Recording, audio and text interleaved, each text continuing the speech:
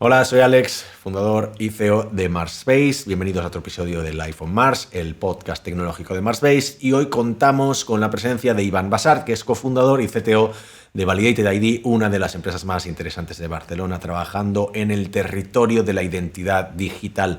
Llevan muchos años ya como empresa trabajando en varios productos, tienen productos tanto de facturas como de firma electrónica, como en este caso el que vamos a tratar más en concreto hoy, un producto, una plataforma para garantizar identidad digital. Vamos a hablar de las tecnologías con las que se desarrolla, vamos a hablar de los protocolos, vamos a hablar de cómo se integra esto con las otras plataformas y cómo llega un punto en que las otras plataformas vienen a integrarse contigo, que suele ser el caso de tanto los platforms as a service como el desarrollo de negocio en B2B. Y vamos a friquear bastante sobre ciertos temas que no quiero desvelaros ahora, pero la verdad la conversación podría haber durado tranquilamente 3 o 4 horas. No bajamos tantísimo como los bits a los unos y a los ceros, pero sí que es verdad que bajamos bastante capas de lo que estamos habitualmente acostumbrados en este podcast. Así que vaya por delante el aviso y espero que disfrutéis este episodio tanto como lo disfrutamos nosotros grabándolo. Iván, bienvenido a Life on Mars. ¿Cómo estás? Buenas tardes. Buenas tardes, muy bien, gracias. Hoy oficina vacía, vemos efecto Casi pandemia, efecto vacía, casi Pascua, vacía. casi de tu fondo, sí, no vemos a nadie. Estamos grabando en la semana de 29 de marzo, semana de previa Pascua, con lo cual, bueno, ya entiendo que entre pandemia y todo eso, poca gente utiliza el entorno remoto, ¿no? Perdón, el entorno de oficina. ¿Cómo estáis vosotros en Sí, eso? sí, ¿Cómo os sí. está afectando? Bueno, pues la verdad, nosotros tuvimos el desacierto de cambiarnos de oficina 3 meses antes de que empezara la pandemia, con lo cual tenemos una maravillosa oficina que podemos montar aquí una bolera o algo, porque pues, casi todos estamos en remoto. Yo de vez en cuando bajo pues una vez cada 3 semanas o así, y somos dos, tres personas, muy poquita gente. Sí, sí. Pero bueno, lo normal. Bueno, oye, vamos a entrar un poco en el tema porque, Muy bien. de hecho, con Validated ID, la empresa de la que tú eres CTO y cofundador, nos conocemos bastante Sí. bien. Ya llevamos un par de años colaborando también con los eventos que organizamos en Startup Brain. Entrevistamos en Startup Brain a vuestro CEO, a Santi. Y bueno, una de las cosas que habéis hecho recientemente o de las que queríais hablar y que creo que es muy interesante que hablemos de este tema porque bueno, se habla en redes, es un tema que quizás nosotros no solemos tocar tanto porque no nos afecta tanto a nivel de desarrollo, es más pionero a nivel tecnológico y conceptual, que es el producto que habéis lanzado vosotros, que es BitChain, ¿no? Identidad digital sobre blockchain, con lo cual yo te dejo que hagas el pitch de lo que es para que luego podamos explicarlo y diseccionarlo tanto a nivel tecnológico, funcional, etcétera, etcétera. Bueno, pues el pitch. Al final, eso también es importante entender que no es una idea así loca que hayamos tenido nosotros, sino que el concepto de las identidades descentralizadas, que le llaman en algún caso, a veces identidades soberanas, que como tú dices son identidades que se basan tecnológicamente sobre blockchain, hay bastante gente trabajando ya desde hace bastante tiempo, desde hay distintos foros donde se están definiendo pues estándares, está en un punto de homologación, pues aún le quedan cosas por hacer. Y luego a nivel regulatorio también, pues la Comisión Europea está empujando mucho el tema. Nosotros casi desde el principio estuvimos en esta ola. De hecho, nosotros cuando montamos la empresa hace 9 años le llamamos Validated ID porque nuestra idea era hacer temas de identidad digital, pero sí que es verdad que empezamos por temas de firma electrónica, pues porque era un poco la necesidad que había en el mercado y porque el tema de identidad digital está pues un poco inmaduro en aquel momento, y cuando empezó toda esta ola a raíz de la explosión de blockchain, pues enseguida nos metimos ahí. Y un poco a raíz de los distintos proyectos en los que hemos estado, entre ellos el de la Comisión Europea, que hemos estado participando y estamos como desarrolladores, pues hemos sacado nuestro propio servicio de identidad centralizada que se llama BitChain. Que básicamente, ¿en qué consiste? Al final, el problema de identidad digital en Internet yo lo conocemos todos, hay un caos, todos tenemos que gestionar 40.000 usuarios y contraseñas de distintas fuentes, desde bancos, del gobierno y demás. Luego tenemos cosas como el DNI electrónico, certificados que son muy difíciles de usar. Y luego, por otra parte, los que tienen que consumir identidades de la gente, es muy difícil saber quién hay detrás de una identidad. Entonces, básicamente, este modelo, desde el punto de vista conceptual, lo que hace es clonar lo mismo que tenemos en el mundo físico en el mundo virtual. Es decir, igual que en el mundo físico yo tengo distintos badges, ¿no? Distintas tarjetas, tengo mi DNI, tengo mi tarjeta de, yo qué sé, de socio del Barça, mi tarjeta universitaria y demás, y yo la presento, de estas ya no tengo, ni del Barça ni de universitaria, y Pero las DNI sí, ¿no? presento. DNI Iba a sí, decir, aún sí. vale. DNI sí. Y entonces, básicamente, cuando voy a un sitio, presento la que toca, ¿no? Pues un poco lo que intenta hacer esto es lo mismo aplicarlo en el mundo de identidad digital. que parece muy loco por cómo estamos ahora, porque ahora mismo mis identidades digitales las gestionan terceros, las gestiona Facebook, las gestiona Google, las gestionan otros, y aquí lo que hace es que esto sea completamente user-centric, ¿no? Es decir, que pones al usuario en el centro y es el usuario el que controla su información y decide qué parte de su información comparte con cada quien en cada momento. Y esto que desde el punto de vista conceptual es muy sencillo porque es lo mismo que hacemos en el mundo físico, en el mundo digital es muy revolucionario, porque al final ahora mismo, de hecho no es que ni siquiera no controlemos nuestra información, si es que ni siquiera sabemos qué información tienen de nosotros los terceros, ¿no? Entonces, este nuevo modelo, pues por una parte, desde el punto de vista de seguridad y privacidad, pues da un salto muy importante, pero también desde el punto de vista de usabilidad, ¿no? Pues porque permite ahora que yo pueda demostrar cuando yo me comunico con alguien en Internet, pues oye, que soy tal persona, que soy mayor de edad, que soy ciudadano español, lo que sea, ¿no? Al igual que hago en el mundo físico. Y esa es un poco la idea de en qué consiste las identidades soberanas, ¿no? Es decir, que yo tengo una identidad por el hecho de existir y a partir de ahí luego lo que tengo son credenciales que me dan terceros que de alguna manera acreditan ciertos atributos de mi identidad. Y tú das acceso a estos datos en base a pues quien los pida, pero Claro. tú estás en control de tus datos y entiendo que también puedes revocarlos en un momento. O sea, en un vídeo que tenéis explicativo en la página web, por ejemplo, dais el ejemplo de una persona que se quiere apuntar a una universidad, entonces da acceso a una serie de datos a la universidad. Y luego, la parte que conceptualmente puede costar más de entender a gente que no esté en este sector es que luego la universidad esos datos puede utilizarlos, distribuirlos para hacerte, pues, por ejemplo, gestionar temas de pagos con el banco. Decir, oye, yo he tenido permiso de esta persona para poderle cobrar algo o gestionar cosas con administración pública, ¿no? Entiendo que van por ahí los tiros. Claro, el concepto es, yo los datos los tendré todos en mi dispositivo, por así decirlo. Claro. No es tan sencillo como tal, ¿eh? Normalmente siempre tendrás backups en la nube y demás, pero bueno, es decir, tú al final tendrás tus credenciales, las tendrás bajo tu control, ¿no? Y tú compartirás esa información con quien tú quieras. Entonces, el hecho de que yo sea directamente el que comparte la información con la universidad o con quien sea, por una parte facilita mucho desde el punto de vista legal, porque desde el punto de vista de GDPR, soy yo el que comparte directamente la información con el interesado. No es que le digo a la universidad, oye, te doy permiso para que accedas a mis datos bancarios, que eso es más complejo, sino que le digo, oye, estos son mis datos bancarios y estos datos bancarios están firmados por el banco. De manera que la universidad, por ejemplo, si quiero acreditar que soy titular de una cuenta bancaria, le presento esa credencial que está firmada por el banco. Eso facilita mucho la integración, porque implica que la universidad no tiene que integrarse con todos los bancos para poder saber, ¿no?, con toda la información bancaria de sus alumnos, y eso facilita mucho también desde el punto de vista legal.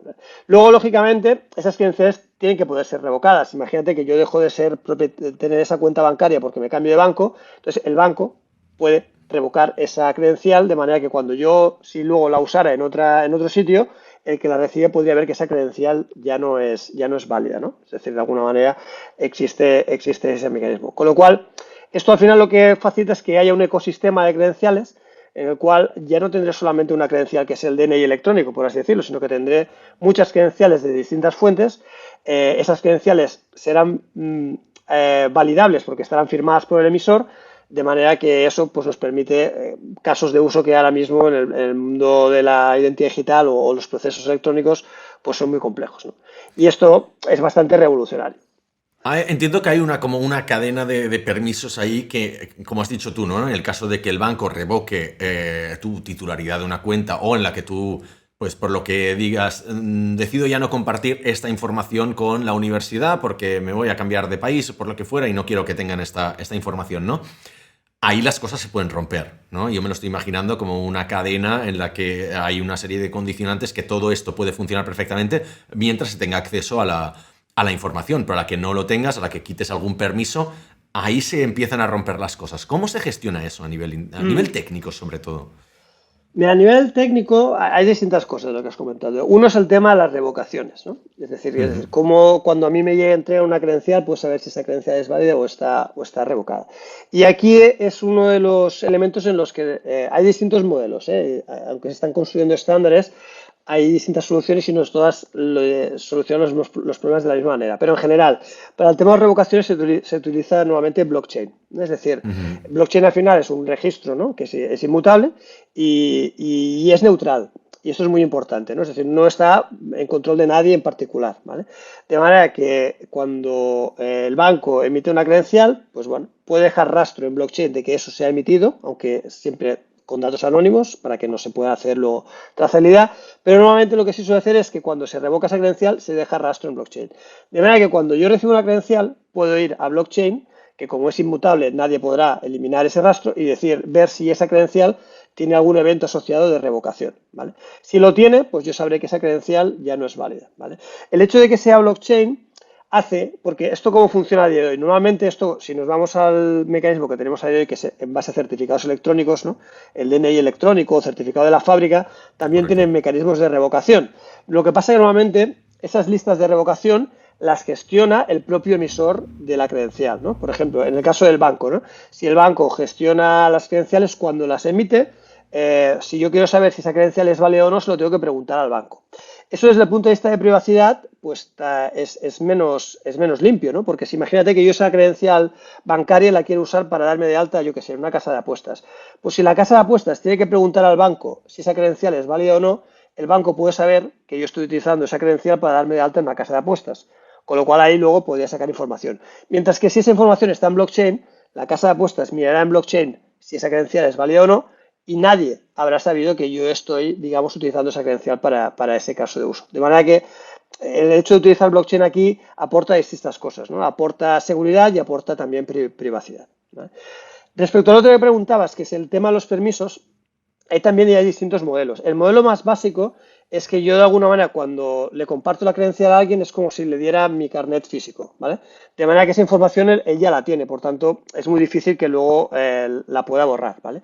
Lo que hay gente que es lo que hace es decir, en vez de darte yo la información, lo que te doy es acceso a mi información. Es decir, yo tengo un servicio donde está mi información, imagínate un Active Directory, ¿no? Un LDAP, una base de datos donde tengo mis Sí. datos, ¿no? Pero eso lo tengo yo control. Entonces, cuando alguien quiero que acceda a algo, en vez de darle la información, lo que le doy es permiso para que acceda a ello. De manera que cuando quiero que deje de acceder, ¿no? Y si cuando actualice esa información, pues lo va viendo. Y cuando quiera que deje de acceder, le quito el permiso, ¿no? De esa manera eso me da más control, porque ya no te estoy dando la información, sino que te estoy dando acceso a la información. De manera que ese acceso cuando quiera yo lo puedo revocar. Entonces ahí también hay distintos modelos y en función de uno u otro pues tienes unas prestaciones u otras diferentes. Y de hecho hay gente que utiliza también blockchain para gestionar estas cosas, ¿no? Es decir, yo puedo hay gente que usa blockchain para decir, oye, cuando yo revoco el acceso a determinada información, ¿no? Imagínate a la casa de apuestas, ¿no? Quiero que la casa de apuestas deje de tener acceso a mis datos bancarios, ¿no? Aparte de cortarle el acceso a la información, lo que puedo emitir es en blockchain un evento y decir, oye, yo he revocado el acceso a mi información a esta entidad. De manera que aunque esa entidad la tenga porque se la haya copiado, yo ya tengo un evento ahí que dice que esa persona ya no puede utilizar esa información. Una especie de lista Robinson, para entendernos, ¿sabes? Es decir, la lista Claro. Robinson que te dice, oye, tú ya no puedes utilizar estos datos, pues hay gente que utiliza blockchain también para eso. Es decir, oye, yo en su momento te compartí esta información mía, pero yo ahora publico un evento porque quiero que dejes de utilizarla, ¿no? De manera que yo ya no te puedo obligar a borrarla porque ya no tengo control, pero si tú la usas, yo aquí tengo un registro que dice que en tal momento dije que ya no la podías utilizar y por tanto, ¿no? Podría, digamos, pues hacer las acciones que fueran. Por eso, blockchain aquí no es el elemento principal, digamos, en las identidades descentralizadas hay muchos elementos y un stack tecnológico complejo, pero blockchain nos da una capa de confianza distribuida y descentralizada que nos sirve para cubrir estos escenarios que estamos hablando ahora. Sí, sin embargo, y ahora voy a patinar completamente, ¿eh? Pero uno de lo que estás comentando ahora es como una moderación a posteriori de quien tiene los accesos a tus datos, ¿no? En ese caso, ya han tenido acceso a ellos y parece que tú tengas que estar como de manera proactiva, ¿no? Mirando cuando quieres revocar tú los datos, en vez de un modelo quizás de moderación a priori en el que habría una petición a tus datos, que entiendo que eso no va Sí, sí, como funciona es blockchain, o puede así, haber ese paradigma también. es así, es así. Es decir, tus datos no están accesibles hasta que tú no los compartes con nadie, ¿vale? Es decir, tus Claro, datos están en mi control, entonces yo por lo que sea, ¿no? Hago un login o un sign up en la universidad y entonces sí. en ese momento la universidad me dice, oye, necesito esta información de tu identidad, tu fecha de nacimiento, tu nacionalidad, lo que sea. Entonces yo accedo a compartir esa información, entonces en ese momento la universidad tiene esa información de mí. Entonces, por tanto, Nadie tiene información acerca de mí hasta que yo comparto esa información. Eso Entonces, sí, a pero digo, priori. ¿cómo se propagan luego? Una vez, si le das acceso a la universidad, ¿le das acceso también a sus partners, a No, su Trusted Network o lo que fuera? No. a ver, al final dependerá, ¿no? En ese momento que compartas la información, si en ese compartir la información la universidad ya te dice, oye, esta información yo la quiero utilizar, la compartiré con X y con Y, ¿no? Pues tú Vale, estás de acuerdo en eso o no, ¿no? Pero vale, digamos que vale. esto será a priori, digamos, es como que tú a priori sabes las reglas en las cuales, ¿no? Esa Perfecto. información pues se va a necesitar. Entonces tú accedes o no accedes. Y una vez has accedido, lo que sí que tú siempre vas a tener que tener derecho a revocar ese acceso, ¿no? De hecho, la ley de protección de datos ya lo contempla. Lo que pasa es que lo que a día de hoy contempla la ley tecnológicamente es muy complejo, Ujú.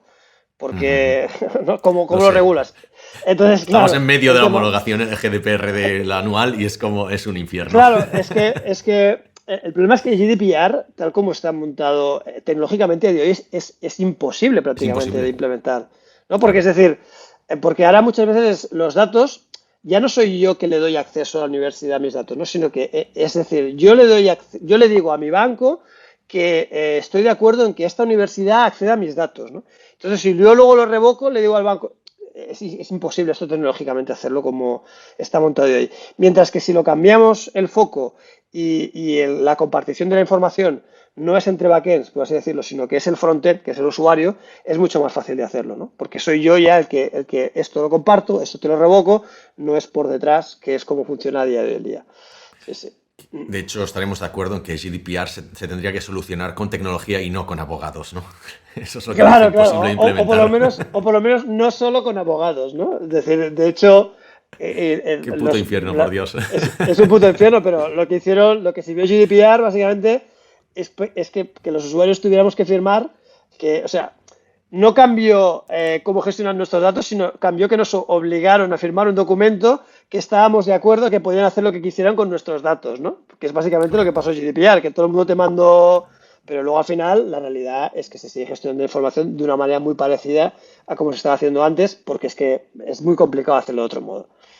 Es súper interesante. De hecho, de GDPR tenía un par de preguntas para más adelante, pero quería comentar una cosa porque es que es en cuanto a la solidez quizás a la madurez del mercado para esta tipología de productos. Doy un poquito de background, ¿vale? Así que puedes aprovechar para beber agua porque va a ser un poquito largo, pero Venga. mi proyecto de final de carrera de universidad era algo así, ¿vale? Como un prototipo de lo que habéis montado con BitChain, ¿no? Era un pasaporte, entonces lo llamamos en la universidad, en la Pompeu, lo llamamos un pasaporte de identidad digital, ¿no? Creo que se llamaba, o pasaporte 2.0, web 2.0. O sea, totalmente aberrante en cuanto a naming. Piensa año 2007, 2008. O sea, que realmente estamos hablando de hace unos cuantos años, ¿no? Y la idea era Pioneros. exactamente la misma. Tú tienes tu propio certificado en el que tienes todos tus datos y tú das acceso, según una moderación que tú haces, a las webs que quieran. Entonces era cuando estaban empezando a explotar las redes sociales y yo ya me anticipé y dije, ¿por qué las redes sociales tienen derecho a explotar mis datos si son míos, ¿no? Y les voy a generar Claro. contenido y van a hacer dinero con mi contenido y todo eso y van a monetizarlo, pero esto me pertenece a mí, ¿no? Mi identidad. Y, o sea, imagínate, si ahora creo que el mercado no está suficiente maduro, pues cómo estaba en 2008, 2009, ¿no? ¿Tú cómo lo ves? O sea, ¿cómo lo ves a nivel de mercado? ¿Qué tipo de adopción estáis teniendo? ¿Qué papel juegan las corporates, sobre todo con las que tenéis algunos acuerdos firmados para adoptar este tipo de tecnologías? Sí, a ver, es decir, el problema es muy antiguo, de hecho esto es un problema que viene prácticamente del origen de Internet, ¿no? Yo siempre en las charlas lo explico, es decir, al final Internet fue diseñado para comunicar máquinas, no personas, y entonces Ujú. lo que tenemos son IPs, ¿no? Y Internet no tiene una capa de identidad de per se, y esto hace mucho tiempo que se ha intentado solucionar, y ha habido distintas iniciativas y esta no es la primera, ¿eh? De hecho, tanto yo como Santi, ¿no? Que como todas es el CEO y también es otro de los cofundadores, pues yo llevamos 20 años en el mundo este de la identidad digital y, por ejemplo, Santi estuvo muy activo en cuando estuvo puesto el tema de OpenID y el tema de la Federación de Identidades, que fue también una iniciativa que en su momento hizo bastante ruido y al final pues no acabó despegando. Un poco lo que ha cambiado de las identidades descentralizadas respecto a otras iniciativas que desde el punto de vista conceptual eran parecidas, ¿no? Pues como lo que tú proponías en el proyecto fin de carrera, conceptualmente parecido, es la atracción que está cogiendo de esto. Es decir, Esto para que sea una realidad, y esto es algo que nosotros siempre hemos tenido muy claro, o es universal o no será, ¿no? Es decir, si al final en BitChain tenemos una solución que será tecnológicamente mejor o peor, pero luego hay 17 empresas más que hacen algo parecido y de manera completamente aislada, esto no funcionará. No funcionará porque no tiene sentido que las empresas se integren con 40.000 wallets, que el usuario tenga 17 wallets que gestionar, es decir, tendremos el mismo problema que con los usuarios y contraseñas, pero con otro tipo de tecnología. Entonces, aquí es muy importante el tema de la universalidad y la atracción que tenga esto. Y aquí sí que es verdad que con todo el tema la verdad es que todo el mundo ha tenido muy claro que este es el camino a seguir y está habiendo, pues desde el Decentralized Identity Foundation, el Rebooting Web of Trust, el propio W3C está gestionando estándares, OASIS, ¿no? Es decir, realmente se está trabajando mucho para construir un marco de interoperabilidad, de manera que esto un poco se está intentando que sea como el email, ¿no? Es decir, al final el email tienes distintos proveedores de email. Hay Yahoo, hay Google, ¿no? Cada vez hay menos, ¿no? Antes había más, pero bueno, hay varios, ¿no? Sí. Y me da igual que yo tenga Gmail y tú Yahoo, porque al final yo te Hay mando un un correo y protocolo. como tiene un protocolo común, las cosas llegan, ¿no? Correcto. Pues esto es un poco lo mismo, es decir, al final aquí va a haber un protocolo común, pues es el objetivo, de manera que yo puedo tener un wallet y tú puedes tener otro, y al final la universidad pues se integrará con un protocolo que entenderá cualquiera de los wallets, y es más, yo puedo tener mi información en un wallet y mañana cambiármela a otro, igual que ahora puedo tener, pues yo qué sé, volviendo al ejemplo del correo, Outlook, y mañana cambiarme a Thunderbird, ¿no? Porque al final hay un protocolo. Entonces, la fuerza que está cogiendo esto es precisamente por la comunidad que hay mucha gente, hay desde empresas pequeñas, startups como nosotros, hasta el propio Microsoft, que está trabajando muy en serio en estos temas, ¿no?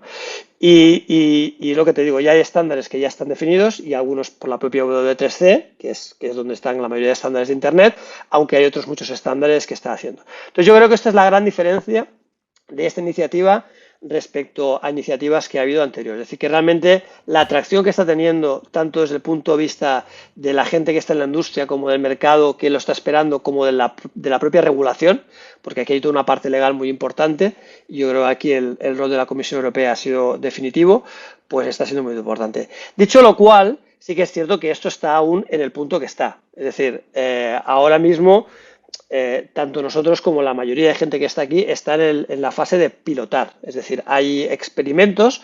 Nosotros pues hemos hecho, de hecho lo publicamos recientemente en redes sociales, ahora con BBV, la gente de innovación, con BBV Labs, pues hemos hecho una prueba de concepto. Ahora estamos a punto de empezar otra también con la gente de pues público, lo puedo contar, con la gente de CaixaBank, donde también participará Aigües de Barcelona. Estamos haciendo una también con entes locales, con ayuntamientos de aquí de Cataluña, y básicamente lo que estamos construyendo ahora mismo son pilotos, donde hay un grupo reducido de usuarios, donde hay un caso de uso concreto, y al final pues es lo que es. Esto al final, bueno, pues es lo que digo, requiere una maduración, donde requiere que haya cada vez más emisores de credenciales, donde haya gente que consume credenciales y haya usuarios, ¿no? Sí que es cierto que con todo lo del COVID, eso también está cogiendo mucha velocidad. De hecho, bueno, hace poco salió la iniciativa esta de Europa del Green Pass, ¿no? Que es con lo que hablamos del pasaporte, que comentabas tú. Eso Pasaporte también es un inmunitario, pasaporte ¿no? inmunitario. Al final no deja de Claro. ser una información más tuya, ¿no? Y de hecho, antes de que saliera la de Europa, ya había otras iniciativas. La propia IATA, ¿no? La Asociación de Aerolíneas, estaba haciendo una iniciativa de pasaporte inmunitario con tecnología de identidad descentralizada, ¿eh? Y ahora hay una iniciativa muy grande donde participamos que se llama The Good Health Pass, que hay gente de todos tipos donde se está intentando definir pues cómo tiene que ser un pasaporte inmunitario en base a los conceptos que estamos hablando. Sí, es cierto que ahora Europa ha sacado algo que es más de mínimos, porque quiere sacarlo en producción en tres meses, ¿no? Y eso implica pues tener que tomar ciertos atajos, pero eso ya está haciendo que desde el punto de vista de usuario y de casos de uso estemos yendo hacia eso, porque al final el pasaporte que monta Europa no deja de ser un QR que tú gestionarás como usuario y que tú compartirás con quien sea, y que esa información estará firmada y que por tanto, aunque no sea bien una identidad descentralizada, ya va en ese camino. Por tanto, estamos en un punto de maduración donde aún no hay casos de uso masivos ni hay millones de usuarios de esto, hay pilotos, pero la verdad es que esto está avanzando a una velocidad importante. De hecho, me has dado una asistencia, pero la has pillado tú y has marcado el gol directamente, porque lo que iba a hablar era de la Hablo adopción mucho. de la adopción. No, no, pero es fantástico porque al final ya te has hecho la pregunta, te has respondido a ti mismo. Yo te iba a preguntar porque precisamente uno de los findings que tuvimos, ¿no? No sé cómo decirlo, una de las conclusiones del proyecto que tuve, Sí. es en la que una tecnología de este tipo no se puede llegar a expandir a nivel mundial siendo presentada como un producto o incluso como un servicio, sino que tiene que ser un protocolo, ¿no? Eso es. Al final, pues como el tema de email, igual que como el tema de la web y como otros protocolos que hay por ahí. Pero ya básicamente has respondido tú la pregunta. O sea, te iba a preguntar quién está diseñando estos protocolos sobre todo y exactamente qué papel jugáis vosotros desde las distintas asociaciones, pues como Alastria por un lado, como el tema que has Sí. comentado antes de OpenID, y que vosotros lo que estáis haciendo al final es una implementación de un producto que trabajará asumiendo ese protocolo. ¿Pero ya existe el protocolo? Son como tres Eh, preguntas en uno. Sí, bueno, al final esto, si nos vamos por una analogía, tanto temas técnicos tan muy profundos, si nos vamos, por ejemplo, al stack de, ¿no? Pues de comunicaciones, ¿no? Donde tienes TCP, Sí. UDP, IP, ¿no? Pues aquí es lo mismo, tienes un stack donde realmente no tienes solo un protocolo, sino hay distintos protocolos para distintas cosas que tienes que hacer, ¿no? Desde la parte pura de identidad, al tema de los atributos, al tema de intercambio de atributos, autenticación, hay distintas cosas. Entonces, hay determinados protocolos o estándares que están ya bastante cerrados. De hecho, el que empezó, digamos, el primer foro donde se empezaron a hacer cosas, bueno, el primero de todos fue el Rebooting Web of Trust, que es al final es un think tank, llamémoslo, que está sobre todo sponsorizado por Christopher Allen. Christopher Allen es el que diseñó, uno de los que diseñó el PGP en los años 80. O sea, estamos hablando de Pretty Good Privacy, el concepto que de hecho es la misma idea. La idea de que yo tengo mis contactos, mis anillos, ¿no? Entre los que me intercambio claves, de manera que si yo tengo que enviarte tu información cifrada, pues como tengo tu clave, te mando la información cifrada con tu clave, ¿no? Y entonces era esa idea de red, ¿no? Donde al final los usuarios pues comparten la información de manera centralizada. Eso en los años 80, pues figúrate, ¿no? Si faltaban cosas por madurar, pues montó en el Rebooting Web of Trust, donde ya empezaron a madurar estas ideas. Luego todo eso lo recogió el DIF, que es el Decentralized Identity Foundation, que como su nombre indica es una fundación. Ahí nosotros hemos participado casi desde el principio y ahí se han definido algunos estándares, sobre todo los estándares de lo que se llaman los DIDs, que son los identificadores descentralizados, que al final viene a ser como mi matrícula, ¿no? Es decir, si vamos al ejemplo del email, pues mi dirección de email, ¿no? Pues Iván, arroba, bla, bla, bla, pues mi identidad también tendrá un identificador, ¿no? Entonces, esos identificadores, cómo deben ser, cómo se resuelven y demás, eso sí que está bastante estandarizado. Luego el WTC está estandarizando ciertas cosas y luego hay otras capas del stack que están más verdes. Entonces, hay cosas que están ya más maduras y hay cosas que están menos maduras. Pero lo que sí que está claro es que todo el mundo tiene bastante en su mente que para que esto realmente coja una globalidad y universalidad, como tú bien llegaste a la conclusión del proyecto fin de carrera, esto tiene que ser una solución que sea global para todos, ¿no? Y eso es importante, que todos los actores que estamos en este espacio estamos empujando. De hecho, me gustó la palabra, que no sé dónde la escuché, sé que me hablaste de coopetición, ¿no? Que por una parte somos competidores, pero por otra parte cooperadores, ¿no? Porque tenemos claro que si no cooperamos no habrá nada por lo que competir. Entonces estamos en ese momento un poco raro, porque hay gente en la que naturalmente sería competencia, pues realmente cooperas con ellas porque necesitas de alguna manera pues que haya ese entendimiento común para que esto llegue a buen puerto. De hecho, tenéis que abrir mercado y mejor que si podéis hacerlo Sí, vosotros. Es que es lo que dicen, ¿no? Hacer crecer el pastel.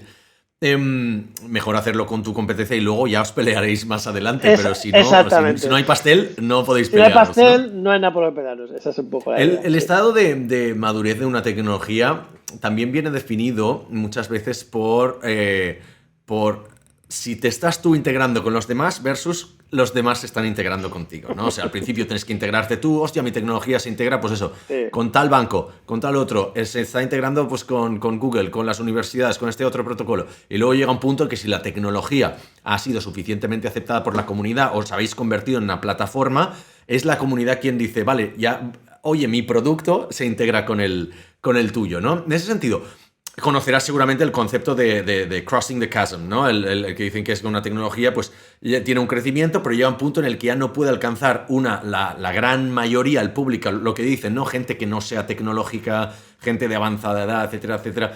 que al final, pues como han acabado asumiendo Internet o los smartphones o algo así, y hay muchas tecnologías que se han quedado en el camino, no han llegado a dar este salto de tecnología para la gente tecnológica, sino para todo el mundo, ¿no? ¿Qué hace falta para que una tecnología, este tipo de identidad digital, identidad soberana, llegue a ser entendida y usada por todo el mundo?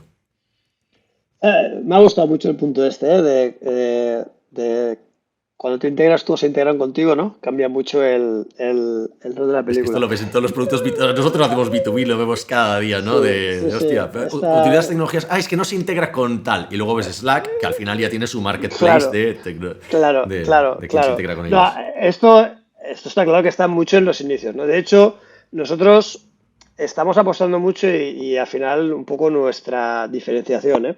Ujú. Con otros players de SSI. De hecho, nosotros llamamos que BitChain es el puente SSI, ¿no? Sí, porque tenemos claro que hasta que lleguemos a un punto, ¿no? En el que, como tú digas, pues esto sea mainstream y todo el mundo se integre con esto, serán necesarios puentes porque es decir, porque la realidad la que tenemos es la que es y seguramente pues aquí hay una nueva transición, ¿no? Entonces, por ejemplo, desde el punto de vista de integración, nosotros, y de hecho no son nosotros, ¿eh? Nosotros apostamos al principio, pero luego la verdad es que esto se ha ido convirtiendo en tendencia. Hemos apostado mucho por es decir, hay una tecnología, ¿no? Que en el tema de identidad, por bien o para mal, se ha convertido en mainstream, que es OpenID o Auth, ¿no? El login with Facebook, login with Google, eso es algo que, digamos, en muchos sitios está integrado. Entonces, lo que hemos hecho hemos montado un puente, ¿no? Un conector, de manera que si tienes ya esa integración hecha, si tienes tu web integrada con esa tecnología, puedes integrarte con las identidades descentralizadas exactamente con el mismo protocolo.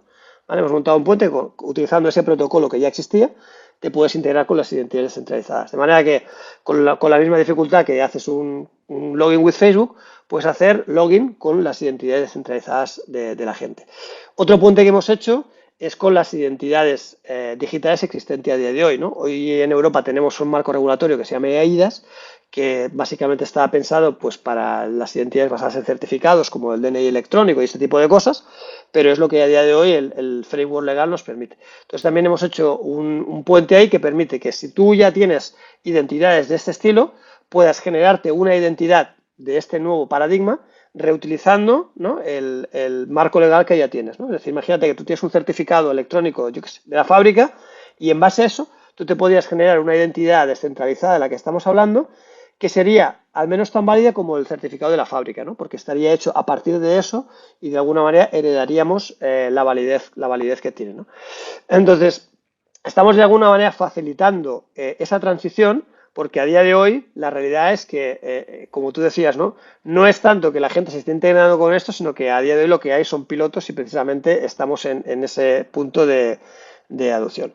Respecto a cuándo esto será masivo por los usuarios, aquí los usuarios, si digo la verdad, son un poco los que menos me preocupan, ¿eh? En el sentido de que desde el punto de vista de usabilidad, es que esto lo raro es que no hayamos llegado a esto antes, ¿no?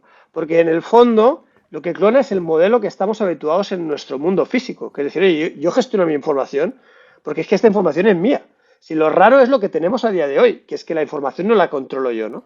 Entonces, desde el punto de vista de usuario, yo creo que esto va a ser muy natural que tú gestiones tus datos y que por tanto seas tú el que los compartas. Evidentemente, esto pues requerirá que la gente necesitará saber cómo funcionan estas nuevas herramientas y eso tendrá un proceso, ¿no? Pero yo creo que aquí será más, el reto será más en que, digamos, que haya casos de uso donde tú puedas utilizar eso, ¿no? Y que no tanto con los usuarios. Yo creo que los usuarios, es decir, a la que tú puedas hacer un trámite online, es decir, ¿por qué no hacemos trámites online a día de hoy? Porque es terriblemente complejo. Yo tengo que entrar a la web de no sé dónde y tengo que hacerlo con mi DNI electrónico, tengo que tener un lector y tengo que tener no sé qué, tiro la toalla, ¿no? Pero si pudiera hacerlo, nadie tiene interés en ir físicamente a hacer los trámites, ¿no? Entonces, si tengo una herramienta que a nivel de experiencia de usuario es sencilla, es segura y me permite hacer estas cosas, yo creo que los usuarios ahí los tendremos bastante ganados. Pero evidentemente, pues esto es un camino que habrá que ir recorriendo. Y también hay otro motivo, creo, en mi modesta opinión, como esto de momento no ayuda a la gente a hacer dinero o no hay ningún tipo de transaccionalidad económica ahí, pues hay menos incentivos todavía para que salga esta tecnología, ¿no? O sea, sí, de alguna manera esto se pudiera utilizar, y hasta voy a dejar de dar la paliza ya con mi proyecto, pero me acuerdo que, no sé, que una manera La de financiar espinita. todo...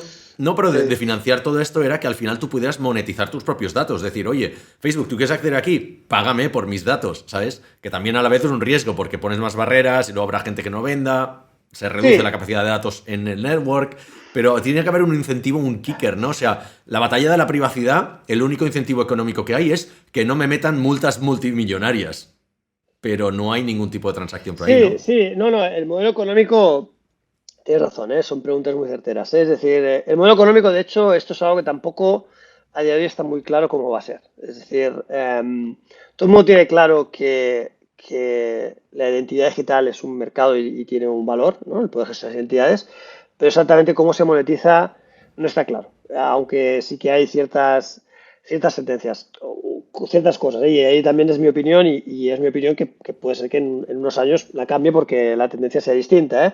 Porque esto está evolucionando mucho, ¿no? Pero es decir, yo en el usuario, evidentemente, ahí no va a asumir costes por eso, es decir, yo no creo que el usuario vaya a querer pagar, ¿no? Por poder hacer estas cosas. Yo creo que el usuario ahí de alguna manera pues tendrá pues esas aplicaciones, esas funcionalidades de manera gratuita, igual que el cliente de correo es gratuito, ¿no?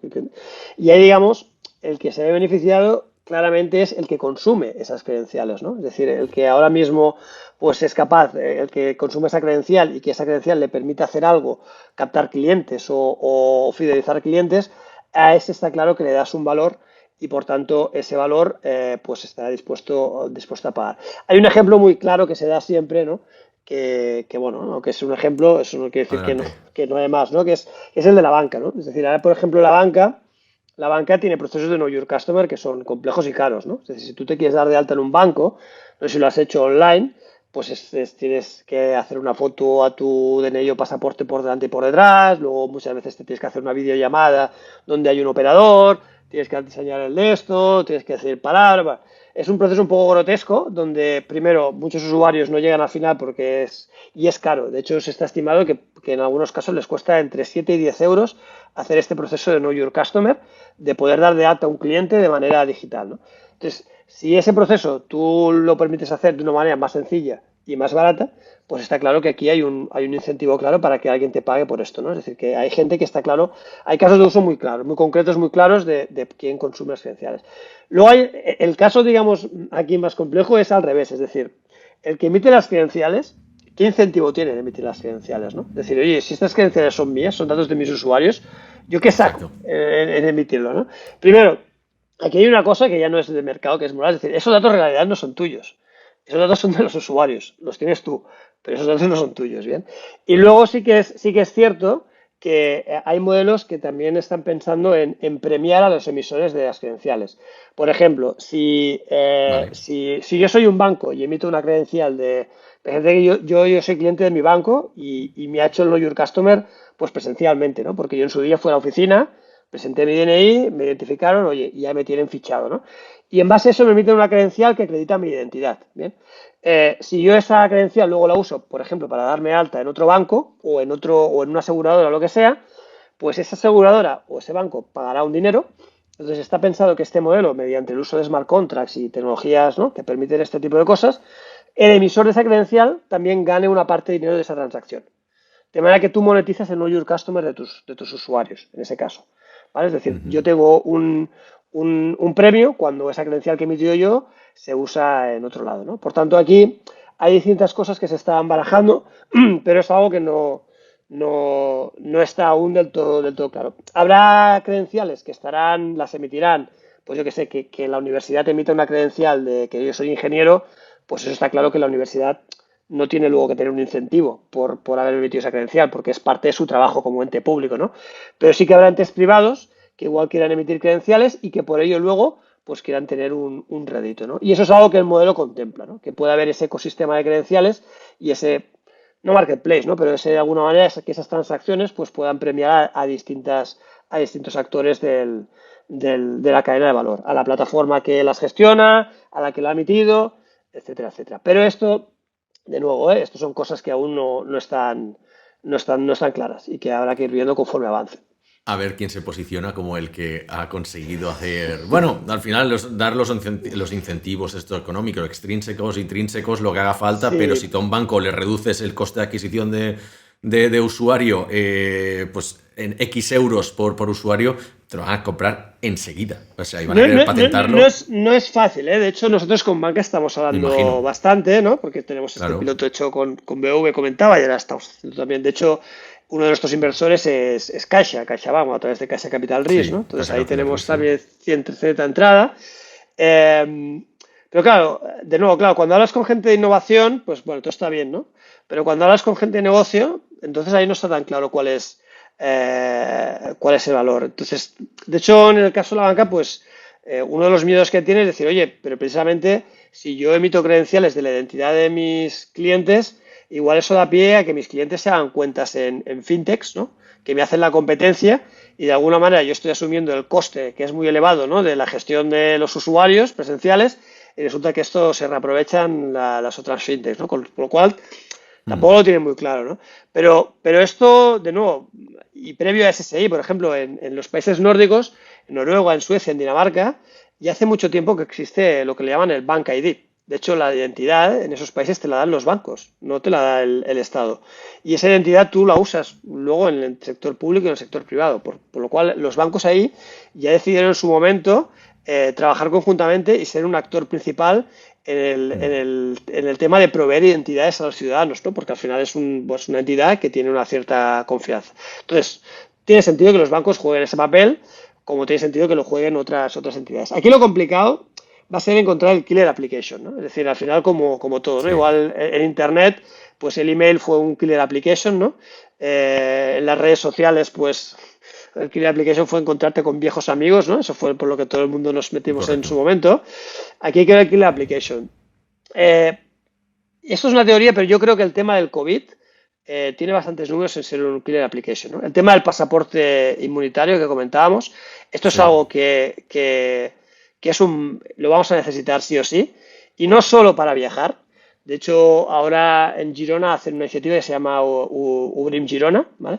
Que es precisamente para acreditar que estás vacunado o tienes un test de claro. PCR negativo para acceder a comercios y demás. O sea, no para viajar, sino para entornos físicos. Y ahí lo mismo, necesitarás un pasaporte inmunitario que demuestre que tú puedes tener acceso a eso, ¿no? Entonces, esto no lo vamos a encontrar y esto a día de hoy no lo tenemos resuelto. Necesitamos una solución. La única solución que tenemos a día de hoy es ir con el PCR Exacto. impreso y presentarlo, pero eso es fácil de falsificar, ¿no? Entonces, yo creo que el tema del pasaporte inmunitario tiene números de ser un killer application que nos permita que esto se explote y que los usuarios nos habituemos a utilizarlo. De hecho, ya lo hacemos con el tema de las entradas de cine, ¿no? A veces te las bajas al móvil y ya no te Sí, bajas la entrada, ¿no? Presentas la entrada de cine. Eso no deja de ser una credencial, ¿no? Es una credencial que correcto. dice que yo soy tal. Lo que pasa que, como eso de alguna manera, pues los requisitos de seguridad que tiene son muy bajos, pues al final es No es lo un mismo. QR que no Y tiene no es más, ¿no? información de médica, que al final tiene unos Claro, requisitos de compliance más altos, etcétera, etcétera. claro. Pero desde el punto de vista de experiencia de usuario, ese es el concepto, ¿no? Yo Es el tengo una mismo. credencial y yo le presentaré. En lugar de presentarla en el cine o igual en el cine, además de presentar el QR de la entrada, tendré que presentar el QR de que tengo derecho a acceder a un comercio porque estoy vacunado, porque tengo PCR negativa Correcto. o lo que sea, ¿no? Entonces, ya te digo que aquí los usuarios hay cosas que ya tenemos el camino un poco hecho, ¿no? Yo creo que es más acabar de ver el contexto y el caso de uso y ver los actores que habrá en ese caso de uso ponerlos en línea. Y ahí, pues bueno, nosotros somos Sí. pequeñitos y por tanto hacemos lo que hacemos, ¿no? Pero bueno, intentamos estar en la cresta de la ola surfeando. Yo creo que en la batalla de la privacidad también tendrá mucho que ver esto, ¿no? Lo que ahora estamos viendo que Sí. se convierte cada vez en más mainstream de decir, hoy, ¿por qué Facebook tiene mis datos? ¿Y qué hace Google con mis datos? Y todo eso. Va evolucionando. Yo creo que, bueno, como dicen algunos, el cadáver siempre flota hacia la superficie. O sea, llega un punto que ya no puedes esconderlo más. Pero antes de cerrar, me gustaría hablar un poco más de tecnología generalmente. O sea, ¿cuál es el tech stack de una aplicación de este tipo? Una aplicación tipo BitChain o las otras soluciones que tenéis en la empresa, ¿no? O sea, entiendo que tenéis más lenguajes más orientados a web o móvil, porque al final pues tiene que tener una plataforma y luego tendrán los que desarrollar sobre blockchain, sobre si tenéis algún tipo de integración, pues eso, con estos protocolos. Generalmente, ¿qué se suele utilizar? Bueno, el mundo de blockchain, la verdad es que hay distintas cosas, ¿eh? Hay desde temas de Solidity para lo que es la programación de smart contracts. Ahora se Correcto. está trabajando mucho en Rust, que es un lenguaje que se está utilizando mucho en blockchain. De hecho, nosotros en la parte más de bajo nivel de blockchain intentamos meternos poco. De hecho, ahí también intentamos ser un poco agnósticos, porque blockchain es un concepto genérico, pero por debajo hay tecnologías muy distintas. No tiene nada que ver redes basadas en Ethereum, que redes basadas en Hyperledger, que redes basadas en tecnologías es decir, cambia mucho una cosa a la otra. De hecho, ahí nosotros intentamos ser un poco agnósticos y posicionarnos un poco por encima. Es decir, Incluso nosotros vais no por las tenemos capas de claro. los protocolos, Sí, ¿no? Vale, sí, vale. estamos más, por así decirlo, en capa de aplicación, si tú quieres, o transporte y aplicación, ¿no? Es decir, porque no tenemos nada claro cuál será el blockchain, que será de alguna Eso manera iba a que habrá de preguntar. aquí, de aquí a 3 años. De Claro, hecho, porque si fichas a un equipo para una tecnología y luego te claro, cambia, eso era mi próxima cambia, pregunta, así que adelante. cambia mucho la película, ¿no? De hecho, no solo eso, es decir, hay como una gran batalla entre el blockchain y esas tecnologías, entre los permisionados y los blockchains públicos, ¿no? Y ahí también el concepto cambia mucho. Hay soluciones de identidad descentralizada que están basadas sobre blockchains públicos, sobre Hmm. Ethereum, por así decirlo, o tecnologías parecidas, y hay muchas otras, de hecho la mayoría están yendo hacia temas permisionados. Alastria, has comentado tú antes, pues es un fork de Ethereum, está basado en Quorum, bueno, tienen distintas redes, pero es tecnología Vale. permisionada. Sobrin, que es una especie de Alastria worldwide, pero solo para temas de identidad, porque Alastria no es solo para temas de identidad, sino para blockchain en general. Nosotros, de hecho, somos miembros de Sobrin, tenemos un nodo de la red de Sobrin, el único que hay en España, pues está basado en Hyperledger, en Hyperledger Indy. Ujú. Hay distintas tecnologías que están funcionando y no está claro cuál va a ser. De hecho, por ejemplo, Microsoft está apostando mucho por tecnologías de Layer 2 que se llaman. Es decir, el problema de ir a las redes públicas de blockchain es que las capacidades, uno, es que son caras, ¿no? Es decir, las transacciones son caras y son poco predictivas. O sea, hoy igual un día pues la transacción me vale X y mañana me vale 3X, ¿no? Porque el precio del Bitcoin, los Ethers, pues va oscilando, fluctúa mucho. Entonces lo que han montado son lo que llaman redes de Layer 2, ¿no? Es decir, yo tengo como una red de nivel 2 donde ahí tengo muchas transacciones y luego lo que hago es las agrupo y hago una única transacción en una red primaria, ¿no? Entonces, Microsoft, por ejemplo, ha montado un protocolo que se llama Sitetree y tiene una implementación que se llama Ion, que se basa sobre Bitcoin. Entonces, monta identidades descentralizadas sobre Bitcoin, pero con una red de nivel 2, ¿no? Entonces, lo que te digo, hay muchas opciones y ahí nosotros estamos intentando entrar poco en el fango. Estamos intentando llegar a la capa de protocolo de comunicación y capa de aplicación. De hecho, hablabas de stack tecnológico, ¿eh? Nosotros, la parte de BitChain, pues desde el punto de vista del lenguaje está hecho prácticamente todo en TypeScript, menos la parte más de Smart Contract, que eso está hecho en el lenguaje del propio Smart Contract, que depende un poco, pues lo tenemos deployado en distintas redes, porque queremos ser un poco agnósticos, no trabajar solo con una red. Y luego a nivel de tecnología, pues eso lo tenemos, pues bueno, lo que se lleva hoy en día, montado en microservicios, con Kubernetes. Entonces lo tenemos deployado en este caso en Azure. Nosotros ya nuestro servicio de firma electrónica lo teníamos en Azure y nos hemos apoyado ahí.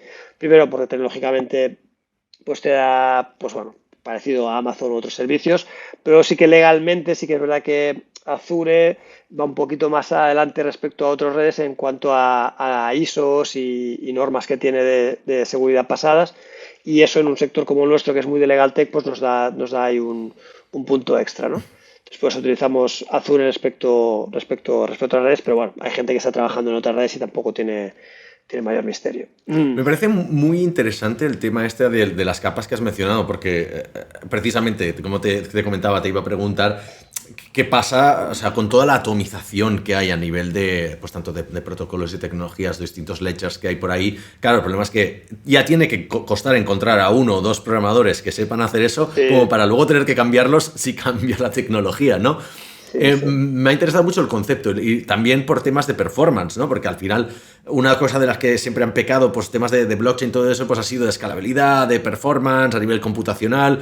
Si puedes de alguna manera gestionarlo con unas capas más altas, agruparlo y poder hacer transacciones únicas, pues no sé, no había caído, no he entrado, no he bajado ya ese nivel, pero me interesa bastante. Y precisamente me has dado pie a una cosa muy interesante, no lo tenía en cuenta, pero es el tema de las legislaciones y el compliance, ¿no? Porque sí que es verdad que, claro, en vuestro caso está súper presente y seguramente es una restricción, o sea, son palos en las ruedas. O sea, el mismo sector que se está intentando reinventar y está intentando aplicar tecnología para solucionar procesos y problemas que son inherentes al mismo sector, es el mismo sector el que se pone los palos en las ruedas diciendo, ya, pero para hacerlo bien tienes que hacer compliant con GDPR, tienes que ser compliant con esta ISO, con esta otra, con no sé qué, no sé cuántos. Sí, sí. Hostia, ¿cómo solucionáis esto? Este trade-off tiene que ser jodidísimo a nivel tecnológico. Sí, más en esto, es decir, hay, por ejemplo, en la parte de firma electrónica, ¿no? Que es nuestro main business, de hecho, pues Claro, ahí otro. es un entorno que está ya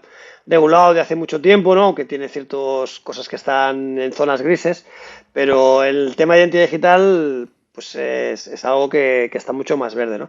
Aparte tiene un elemento más de complejidad, si era poco lo que tú decías, porque tienes como una legislación como más transversal, ¿no? Que está más vinculada a las identidades digitales en general. Decía, aquí en Europa tenemos la legislación eIDAS, ¿no? Que es lo que la legislación europea en temas de firma electrónica y identidad digital.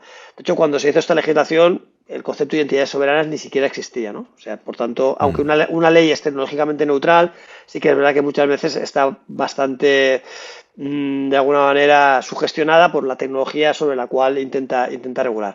Aquí lo bueno es que, uno, en esto que te decía de la regulación transversal, Europa está empujando mucho en esto. De hecho, te digo, nosotros estamos participando en el proyecto. Europa tiene un proyecto que se llama EPSI, que es European Blockchain Services Infrastructure, que es decir, son proyectos en general de blockchain para los Estados miembros, y tiene uno en particular que es el ESIF, que es el European Sovereign Identity Framework, ¿no? Es el framework de identidades soberanas europeo. Entonces estamos participando en este proyecto. De hecho, el wallet de ese proyecto, el wallet de identidad, en la mayor parte nosotros hemos hecho el desarrollo del wallet de identidad que está haciendo la Comisión Europea. Entonces lo bueno es que parte de ese trabajo no es solo tecnológico, sino también es en ver normativamente qué tiene que ajustar la Comisión Europea para que este tipo de cosas pues, sean válidas desde el punto de vista legal. Entonces, ya hay trabajo hecho. De hecho, dentro de este proyecto hay abogados trabajando que están ya definiendo cuáles son los ajustes que se deberían hacer en la ley, que de hecho tampoco son muchos, y las previsiones son que en junio este reglamento, esta ley se va a revisar y que seguramente se revisará para contemplar todas estas tecnologías que están haciendo. Y de hecho, la Comisión Europea ya está hablando de cuál es, según ellos, la identidad de los ciudadanos europeos y está pensando en esta identidad que estamos hablando. Con lo cual ahí yo creo que tenemos mucho ganado porque la Unión Europea en esto es pionera worldwide, porque es como el tema del GDPR. El GDPR es una ley europea, pero al final se ha hecho worldwide. O sea, en Estados Unidos hablan de GDPR y yo creo que con la identidad pasaba parecido. Luego la otra complejidad es que hay legislaciones verticales, ¿no? Es decir, por ejemplo, puedes tener temas de identidad, pero resulta que para el tema, como hablamos, del pasaporte inmunitario, te encuentras leyes que son específicas de protección de datos de temas de salud, ¿no? Donde ahí hay pues leyes concretas, ¿no? Y ahí se está viendo que está habiendo asociaciones que están intentando, por ejemplo, resolver problemas en concreto aterrizados, ¿no? Ahora nosotros recientemente nos hemos incorporado a una iniciativa parecida a la que comentabas de Alastria, que se llama Velocity Network, que es una iniciativa que es también worldwide, y ahí lo que está intentando es resolver este problema que estamos hablando de las credenciales en el caso específico de recursos humanos. De hecho, el otro inversor, tenemos dos inversores principales, uno es Caixa y el otro es Randstad, ¿bien? Randstad Innovation Funds. Entonces, digamos, también el recursos humanos es un sector que tocamos mucho. Entonces, esa es una red donde los participantes son empresas de recruiting, softwares de gestión de recursos humanos. De manera que estás poniendo a todos los actores de ese problema en conjunto para ver cómo resolver ese problema desde todas las ópticas, ¿no? Entonces, es lo que dices tú, es complejo porque necesitas, por una parte, tener una base común regulatoria que te apoye en esto. Esto aún no lo tenemos, por eso lo que te decía, que tenemos puentes, ¿no? Pero parece ser que la Comisión Europea esto está por la labor de resolverlo pronto. Y luego, para temas de problemas específicos, pues necesitas a veces regulaciones concretas, como lo que hablamos del tema del COVID, etcétera, etcétera. De hecho, el tema del COVID, lo del Green Pass, ha sido un tiempo récord. O sea, la Comisión Europea en cuestión de semanas o en un mes ha sacado una legislación, ha sacado unas pautas de implementación en súper poco tiempo por un tema urgente, ¿no? Pero este tipo de cosas son necesarias porque al final, si no, a ver, si no puedes hacer cosas, ¿no? Pero corres el riesgo de que estas cosas pues no tengan el valor legal necesario. Claro, También te digo, visto con retrospectiva, que muchas veces el camino en medio no lleva a mal sitio, no es el nuestro camino, ¿eh? Pero nosotros, por ejemplo, cuando empezamos a hacer temas de firma electrónica, pues el gran referente era DocuSign, ¿no? Y nosotros decíamos, hostia, DocuSign, pero DocuSign, es que DocuSign desde el punto de vista legal, en pues Europa, tiene ¿no? muchísimas carencias, sí, y en Europa, pero bueno, ya me gustaría meter la facturación que tiene DocuSign en Europa. Sí, sí, Es decir, porque aún así, pues bueno, solventa un problema y aunque no lo solventa de la manera más segura posible, pues como lo solventa, pues muchas veces esas soluciones. 80%, ¿no? El principio de Pareto. Ya Pero está. esto ha pasado todo, ¿no? Todo el mundo da el ejemplo de VHS y Beta, ¿no? Es decir, que no siempre Sí, la tecnología mejor es la que acaba triunfando, ¿no? Muchas veces depende de correcto. factores más allá de lo buena que sea tecnología, lo segura que sea, además. Entonces aquí veremos qué es lo que pasa, ¿no? Qué es lo que empuja más. Hay que estar ahí un poco a verlas venir. Estaremos atentos. Iván, última pregunta, ya para ir cerrando, es la pregunta un poco marca de la casa. Tiene poco que ver con lo que hemos hablado hasta ahora, pero relacionada más con tu rol como CTO. Queremos que compartas tu mayor cagada tecnológica y qué impacto ha tenido en el proyecto en el que estabas. Sí, puede ser económico, hay gente que lo ha cuantificado en pasta y todo, ¿eh? Pero nos gusta humanizar ¿no? el error, todos la cagamos, todos hemos cargado las bases de datos de producción, lo hemos hecho todos, o sea, seguro que tú también. ¿Cuál es el tuyo? Seguro que sí, pero. ¿Es algo en Ostras, concreto que ahora, digas, hostia, de este se puede aprender algo, ¿no? Algo mi mayor interesante? cagada tecnológica, O una que digas, hostia, ahora esta, quizás no es la mayor, pero me acuerdo de esta y se puede aprender algo de esta. pues. No quisiera pecar de falta de humildad, pero seguro que pues, cagadas hemos tenido todos, como tú dices, ¿eh? Pero sí, recuerdo una incidencia, pero claro, si es una cagada, es una incidencia, habrá algún error que hayamos cometido, ¿eh? Sí. Algo que digas, hostia, igual aquí escogimos una tecnología que luego no escalaba, o que luego no pudimos fichar gente para esto, o lo mismo, alguna configuración, algo que se quedó ahí en el aire y os fuisteis de fin de semana, típico deploy del viernes a la tarde, ¿no? Y querer Sí, correr demasiado. no te sabía decir ahora, ¿eh? Seguro que alguna hemos tenido, pero no recuerdo, la verdad Puede es ser que en hemos anteriores tenido, empresas, especialmente bonus si es en Answer. especialmente si es en Ancer, ¿no? Bueno, en Ancer, Tampoco a quiero que ver, te en metas en problemas Ancer, legales. no. En Ancer sí que recuerdo, pero bueno, es que tampoco. Sí que recuerdo que hubo algún problema que tuvimos cuando se hizo una actualización y sí que es verdad que no se testeó bien y recuerdo que nos dio bastantes problemas porque hizo que el servicio que dábamos al final, pues colegios notariales, notarios como tal, tuvimos Sí. problemas en la actualización de las tarjetas. Creo que fue al final en los certificados que había en las tarjetas, no recuerdo exactamente qué pasó, ¿eh? Pero había algún problema que nos hacía que con la nueva versión de Java o demás no funcionaba bien. Y me acuerdo que eso nos dio bastante alate y nos estuvo bastantes días que estábamos ahí en DEFCON 5 hasta que pudimos solucionarlo. La incidencia así más gorda que recuerdo que tuvimos aquí es que también tuvimos una subida de producción en la cual hubo un bug que no tuvimos controlado, que hacía también que había ahí como un error y que bueno, teníamos test unitarios y teníamos 1000 tests, pero como todo el mundo casi siempre pasa que por muchos test que tengas, siempre las peores cosas no las tienes testeadas, ¿no? Y al final nos obligó a tener que hacer un hotfix de urgencia, no me acuerdo de ahí que estuvimos toda la noche trabajando para encontrar cuál era el problema. Era un problema de estas cosas difíciles de encontrar, que habíamos metido una funcionalidad que no era thread safe y hacía que estos tipos de errores que es muy complicado encontrarlos, ¿no? Pues me acuerdo que sí, que subimos a producción algo que empezó a dar problemas y estuvimos toda la noche ahí como locos hasta que encontramos solucionarlo y lo subimos. Pero más allá de esto, ahora no te recuerdo. Sí que es verdad que en temas tecnológicos, pues bueno, ¿no? Pero yo creo que en general, o sea, si tuviera que hacer las cosas mirando hacia atrás, hay cosas que las haría distinta, pero yo creo que en el momento las decisiones que fuimos tomando eran, con el conocimiento que teníamos, pues seguramente pues eran las que podíamos tomar. No hemos tenido grandes sustos, la verdad, no. Y si habéis aprendido, eso hace que se pueda convertir ese error en un aprendizaje, ¿no? Sí, De- sí, sí, sí. De hecho, esto nos ha servido mucho ahora cuando hemos montado el nuevo servicio que es BitChain, ¿no? Que sí, los dos servicios de firma electrónica, que es, claro, es un servicio que montamos hace 9 años, ¿no? Claro, de 9 años hacia aquí, de hecho no existía ni Docker cuando, cuando montamos el imagínate, servicio, ¿no? Entonces, claro, ahora imagínate. pues sí que pues hemos, ¿no? Hemos todo el tema pues de los deploys automatizados, hemos mejorado muchas cosas que ahora con todo el servicio de firma, pues con el legacy es más complicado de actualizar, ¿no? Pero bueno, yo creo que esto en nuestro sector es súper habitual. Tenemos tendencia, yo creo, a reinventar la rueda cada poco tiempo Sí, en nuestro sí, sector, sí, ¿no? sí, Es eso es muy de, como... muy de techie, eso es muy de techie. Yo puedo hacerlo Sí, mejor, ¿sabes? sí, ¿Para qué sí, usar sí. Auth0 si yo puedo hacerlo mejor? Bueno, Claro, claro, claro, ¿no? O no incluso, ¿no? Oye, no, ahora esto no, ahora la moda es, yo qué sé, sí, Angular, no, ahora Angular ya no, ahora ya es React, ¿no? Ahora no sé qué correcto. tal. Oye, pero si se resuelven lo mismo, no, ya, ya, pero es que ahora hay que hacerlo de esta manera. Y yo creo que ahí, muchas veces el error que hemos tenido, y ahí yo creo que no hemos entrado muchas veces, es reinventar la rueda, ¿no? Es decir, que muchas veces decir, oye, esto, oye, lo tiramos y lo volvemos a hacer, ya, ya, pero hostia, es que esto está funcionando.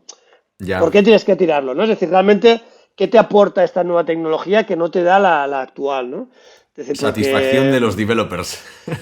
También hay que tenerla en cuenta. eso es importante, ¿eh? Eso es Cada vez importante, más, eso es cada vez importante, más. cada vez más. Se nota que no Claro. estabas en el equipo de web de Ansert, sino tu respuesta habría sido haber No, utilizado LiveRay 5 para la gestión del portal de Ansert, que creo que fue uno de los peores proyectos de la historia. Pero bueno, voy a dejar aquí sí, sí, para que sí. no tenga yo problemas legales con, Sí, con con los Ansert. notarios. No, yo estaba en la parte de certificación digital. Estaba en el tema de certificados Sí. digitales y Y por sí eso que ahí estás sí aquí. que, y por eso estoy ahí. Y sí que es cierto que en Ancer en aquella época hubo unos cuantos proyectos que eran muy ambiciosos y que al final costó mucho de sacar a luz, pero bueno, de eso ha pasado mucho tiempo ya. Ancer Ha ya, llovido, pues yo que ha hace llovido. 15 años que no estoy en nuestra. Guardo buenos amigos aún, pero hace ya 15 años que ya salté de ahí, sí, sí. Un minuto, Iván, un minuto para despedirnos. ¿En qué os Súper. podemos ayudar? ¿Qué necesitáis? ¿Qué tiene que saber nuestra audiencia cuando salga este podcast en unas semanas? Pues eso, yo creo que a mí me gustaría que la gente se interesara en este tema, el tema de la identidad soberana. De hecho, nosotros eso, publicamos recientemente el wallet en los stores típicos, en el Google Play Store y en el Apple Play Store. Lo teníamos en el Apple Store, lo teníamos hasta ahora escondido, pues bueno, ¿no? Porque para temas cerrados. Sí que es cierto que a día de hoy, soy honesto, se pueden hacer pocas cosas con esto. Sí que hemos montado una web de demo donde la gente puede jugar y puede pues bajarse una credencial de un lado y usar el otro.